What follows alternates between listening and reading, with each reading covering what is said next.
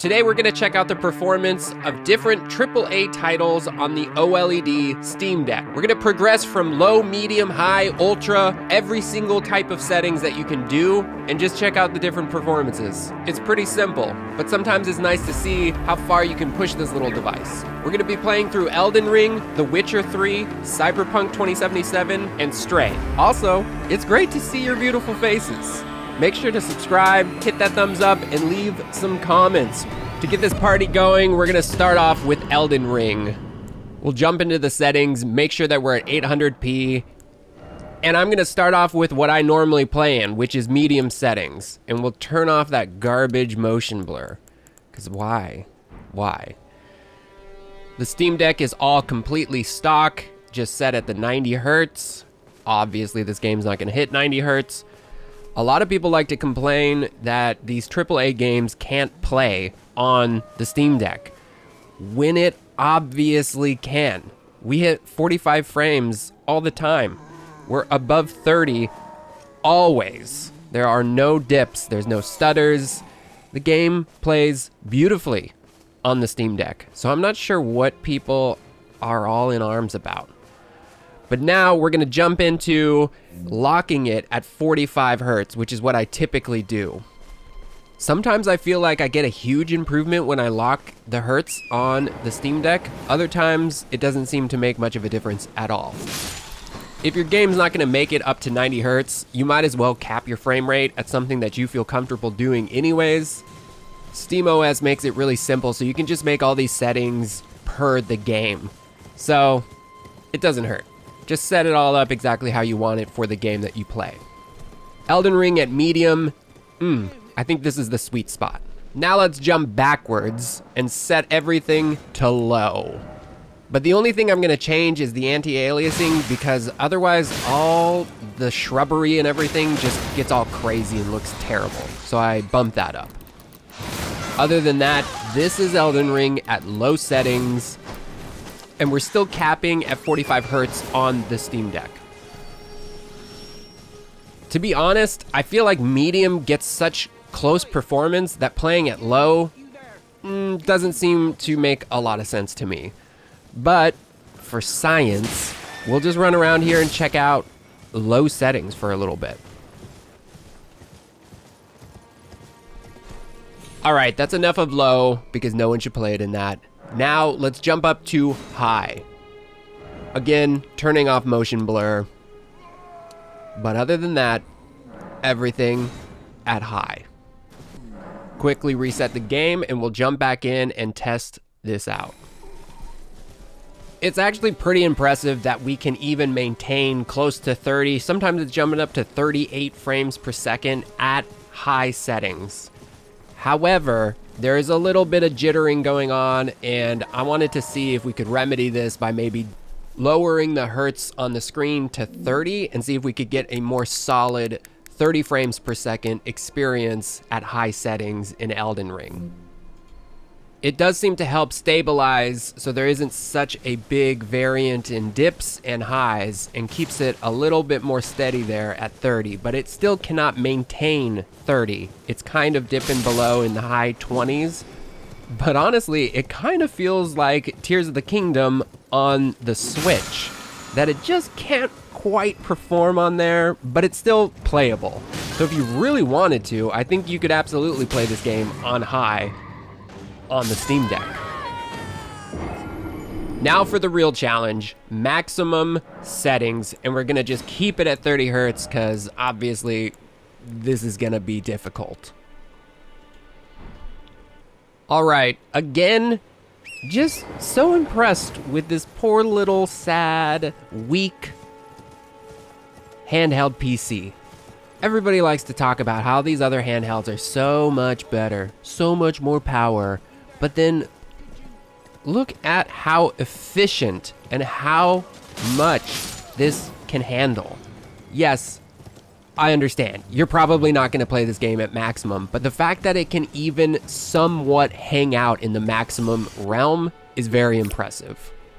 Just for fun, we'll set the maximum clock frequency, so it's 1600 on the GPU, and see if that gives us any boost to help maintain a more solid 30 frames per second, which it doesn't seem like it's helping that much.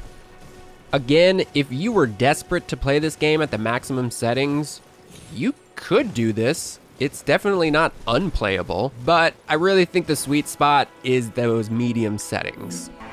Now it's time to try out Cyberpunk 2077. We're gonna kick things off just with the Steam Deck preset that they've already created, which is honestly probably the thing that you should try. We're gonna keep the Steam Deck at 90 Hertz, but I'm gonna click on the manual GPU to 1600 because in this game, it seems to be making a massive difference. This game is very impressive. From where it first came from to where we're at now, playing at 60 frames a second on the Steam Deck is pretty dang impressive and makes this game a perfect candidate for the Steam Deck. The pre-made Steam Deck settings are an awesome welcome in all the games that do this. However, this game performs so well, you can really kind of tailor it how you want. Hey, also, I just remembered that you guys keep coming and watching these videos and you're not subscribing. So that would be really cool if you did that. Tell you that I'm okay. I'm fine. I'm doing great. As you can see, like, I'm so good. Just be really cool if you did that. Okay, bye. Anyways, here's like a quick little with the manual GPU set on versus off. It's making a huge difference. So I just wanted you to see that real quick.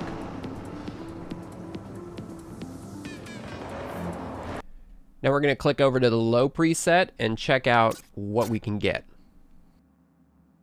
Compared to the Steam Deck settings, it's not giving us that much of better performance. So again, this is another one of those situations where everything on low doesn't necessarily mean better frames per second or performance. Sometimes these devices can just handle and they're better optimized for different things and performances, and so it doesn't hurt them to bump some things up and keep some things low. This is a great example of that. Because we're at low settings and the whole point of this is to get higher frames per second, we're gonna change the FSR to Ultra performance just to see how close can we get to 90 frames per second. We're also gonna manually set everything even lower than the low settings that I'm gonna deem super low. And would you look at that? We hit 80 frames a second there for a second, which is so wild to see AAA games like this one. I mean, it's not looking so great with all these settings at low, but still, that's so wild to me that we can play these games at such a high frame rate. I'm actually very curious, does anybody see themselves playing this game at these super low settings because you prefer the higher frame rate more so than the graphics? Because I personally don't see myself doing that. All right, there is more science to be had. So this is the medium quick preset. Cyberpunk at the medium settings on the OLED set to 90 Hertz. I still have the manual GPU clocked on at max because, again, it just made a huge difference in this game. But it is certainly playable and just flirts with the 60 frames per second, but it is a little more volatile here on the medium settings compared to even the Steam Deck preset. What's up, huh? We're gonna jump onto high settings, which I noticed actually changed FSR to quality. So this is a double whammy. Everything's getting boosted up, plus FSR is not gonna be giving us the performance. And look at that. We're actually getting 45 frames per second pretty consistently here, which is really good at high settings. With that said, there is some pretty substantial stuttering going on. So it might be a little out of its weight class. Now it's time to get a little crazy and go to Ultra settings on the Steam Deck. But again, pretty impressed because we're chilling around the 40, high 30s. But the stuttering is very intense. It makes it pretty unplayable. So I'm gonna see if we can cap the hertz at 30 and see if a 30 frames per second helps with the stuttering. It's doing a good job of keeping itself at the high 20s and the 30, but it still seems to be pretty choppy and stuttery, even at this point. Maybe it's not unplayable, but compared to the other settings that still look phenomenal, I don't think I'm gonna be finding myself playing Cyberpunk at ultra settings on my Steam Deck. Now, for a fun little secret, guys, I got a mod that allowed me to install FSR 3. Yes, you heard that correctly. FSR 3 mod on Cyberpunk. So we're gonna test that out. Ultra settings, 90 hertz, FSR 3. And look at that, the future is here. Now we're jumping into the 40s, guys. This technology is really going to help push forward the handheld PC gaming world. And it also might be showing that Valve might be on the right path, making the most efficient handheld PC. That just gives you the best experience, believing that in the future, technology is going to help boost performance. Okay, now let's go check out the Steam Deck preset, but with FSR 3 set on, and check out if we can get much better performance. Okay, this is awkward. It is actually performing worse. This is a clip from earlier, just the stock Steam Deck settings, no mod, and it's getting into the 60s. But then when we jump back into this FSR 3 mod, it's dumping way down to the low 40s. I don't know what's going on here. It made a massive difference in the Ultra settings, but in the Steam Deck settings, it's performing worse. Interesting. It's time to jump into The Witcher 3, make sure all the settings are correct, and we're gonna hit low to start things off. It's just hard to believe that The Witcher 3 is becoming an older AAA title, because it still looks as good, if not better, than some current AAA titles. And at low settings, we're getting a pretty easy 40 frames per second on this game. I would have loved to see 60 frames per second, or maybe even 75, 80 frames per second. It does seem like Cyberpunk has actually done a great job optimizing its performance. I'd really love to see The Witcher being able to be played at 60 frames per second, at least on the Steam Deck. And maybe FSR 3 will do that in the future, but I don't have that mod installed. So we're gonna jump to medium settings. At medium, the game seems to chill right in the mid 30s, sometimes bumping into the high 30s, but absolutely playable, for sure. We could switch FSR into performance or ultra performance, but I feel like it just diminishes the quality so much that I would rather play at like a 35 frames per second rather than jeopardize the quality of how good the visuals look in this game. We're gonna jump into high settings, which is making me a little bit nervous because things aren't looking so great here. It doesn't feel super optimized. And yeah, what do you know? Just barely trying to hit that 30 frames per second at the high settings. It's not stuttering too much, so this is actually pretty playable, I would say. Okay, honestly, this is very playable, and it looks so good. Playing games at 30 frames per second on a handheld, small screen, it's no big deal. See, we justify all these things. Ultra settings, The Witcher 3. This is maybe going to be the breaking point. I'm going to bump down the hertz to 30 to give it a little bit more of a chance. But even with that, we're experiencing some very low 20s and some pretty harsh stuttering. So now we're gonna use FSR, bring it to ultra performance, just to see, can we play at ultra settings? Unfortunately, that did not help as much as I thought it was going to. it did stabilize it so it's not as stuttery anymore, and it's chilling at that 25 frames per second, making it just barely playable. But who wants to play this game at 25 frames per second? I mean, nobody, right? So this is a fail. This does not work.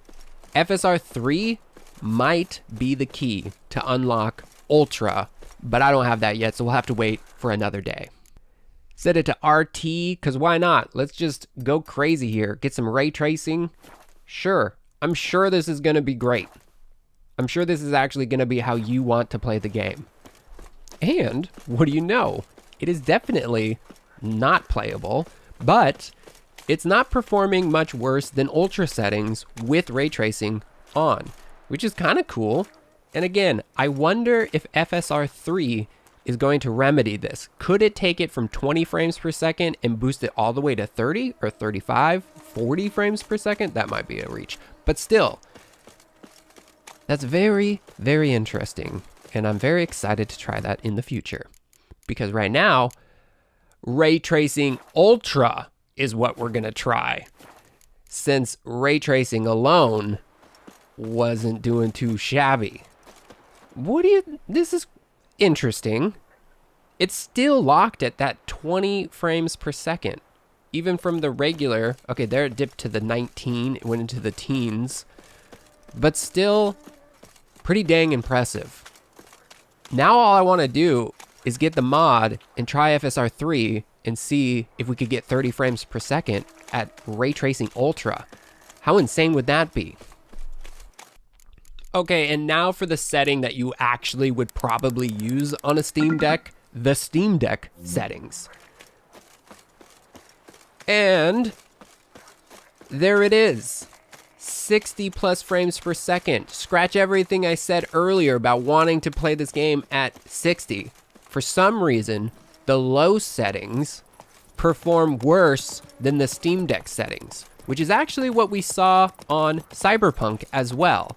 And so this goes again to show you that you really do need to tweak your settings, because all low doesn't necessarily mean better frames per second. I feel like I'm sciencing so hard right now. So we're gonna go to FSR Ultra Performance, because I wanna see how many frames per second can we get. And apparently the answer to that question is a little bit less by using Ultra Performance. So apparently it does a better job on the Steam Deck presets in auto than it does if you change it to Ultra Performance. Very strange. I don't know how this magic works. I'm no rocket scientist over here. It feels like Ultra Performance should perform Ultra. Now we're gonna jump into Stray at low settings. First off, this game looks so good. It was really hyped right when it came out, but no one really talks about it anymore. But it's a really good game to accompany you on the Steam Deck for sure. And look at this, we're getting into the 70s at low settings. And again, even at low, this game looks amazing. It's handling low at no problem, so we're gonna bump up into medium. And even at medium, we're still getting 50 to 60 frames per second, no problem. And it's looking gorgeous. It's interesting because there's no FSR available for this game, but if there was, I almost feel like we could get it into the settings to get us the 90 frames per second, which would be so epic. We're still cruising at medium, so we're gonna bump it all up to high. Now we're starting to get to the 45 frames per second. It even dips right into the high 30s sometimes. But this is maxed out. This is the highest quality you can set this game to. In all reality, every single stage, low, medium, and high, are viable options. It just depends on how you want to experience the game. Do you want higher frames per second or better image quality? That's kind of just a personal preference, because they all work great.